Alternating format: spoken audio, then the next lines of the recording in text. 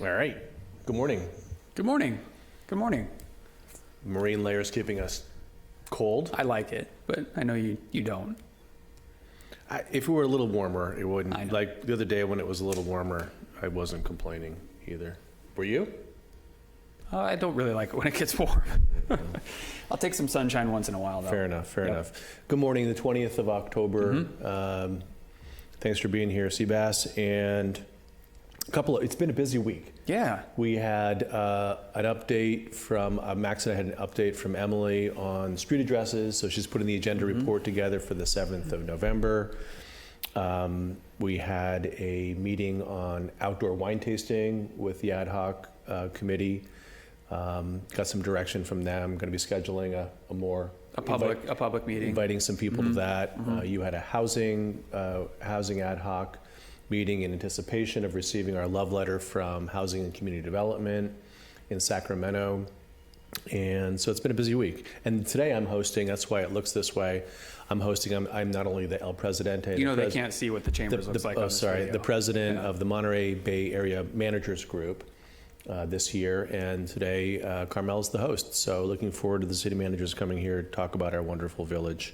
A couple quick reminders that we've got some events coming up. We have the CRA hosting Senator Laird and Assemblymember Addis on Monday evening. I've signed up for that. Yep, I'll be there too. Right, Carmel High School in the evening. In the auditorium.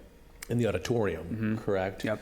And you have to submit questions. As of a couple of days ago, they had 75 questions or so. And it'll be curated by Paul Miller. So that'll be great. And then we've got the pumpkin roll next Saturday, the 28th. And then we've got our Halloween and birthday party celebration, the city's birthday, on the 31st, which I believe is a Tuesday. That's right.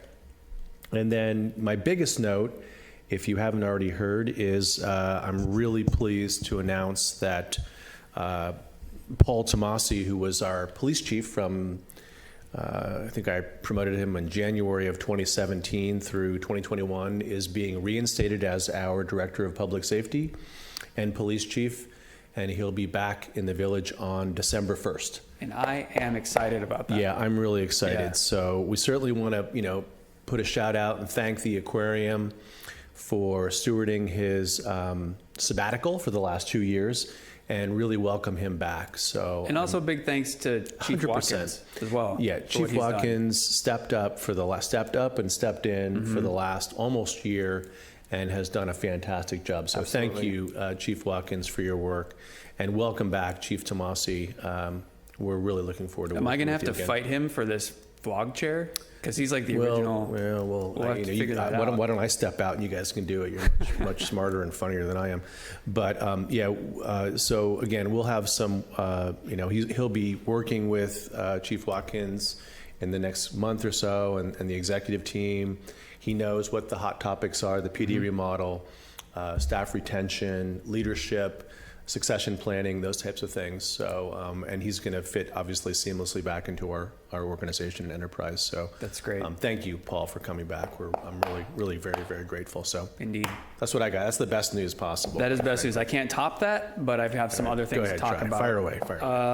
Just for another reminder, I'm going to keep saying this every week. Probably the Planning Commission is going to have a special meeting on November 15th. Yep. To do a workshop on a draft ADU ordinance. So again, this is not a decision-making meeting. It's really just getting it out there for the first conversation to get some feedback from the Planning Commission and the community. So please come join us for that. And what's your acronym for objective design? ODDS. Objective design standards. Those are clear and measurable design standards, like the front door has to face a certain direction on the property, or the roof has to be a certain material. Yes or no questions, basically. Got it. And so we'll have objective design standards for that. Also of note, very proud to announce that last week the Coastal Commission took final action on our city's timeshare ordinance. This is, if you remember, we've actually banned timeshares in the city for over 20 years in our local coastal program. And we had some amendments to clear up the definitions and make it illegal to advertise them. The Coastal Commission just certified that last week. The Pinecone did a great job, as always, of covering that story.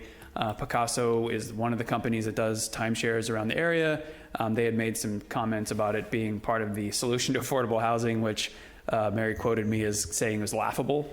I did say that actually in my testimony to the Coastal Commission, but that's been certified. Now it's effective immediately. We don't have to wait any time. So that's now the new rules about advertising. And the Coastal Commission didn't just approve it. It was, they spiked it. I mean, they spiked the ball. They put an exclamation point. They did, yeah. They weren't having any of it, basically. No. So well done to you, obviously, for drafting it, the city attorney, the council for approving it. Absolutely. So there was no question in the Coastal Commissioner's minds that this was an appropriate enforcement of our zoning, our existing zoning, and reinforcement of our character. Yep. And speaking of enforcement, I love a good transition.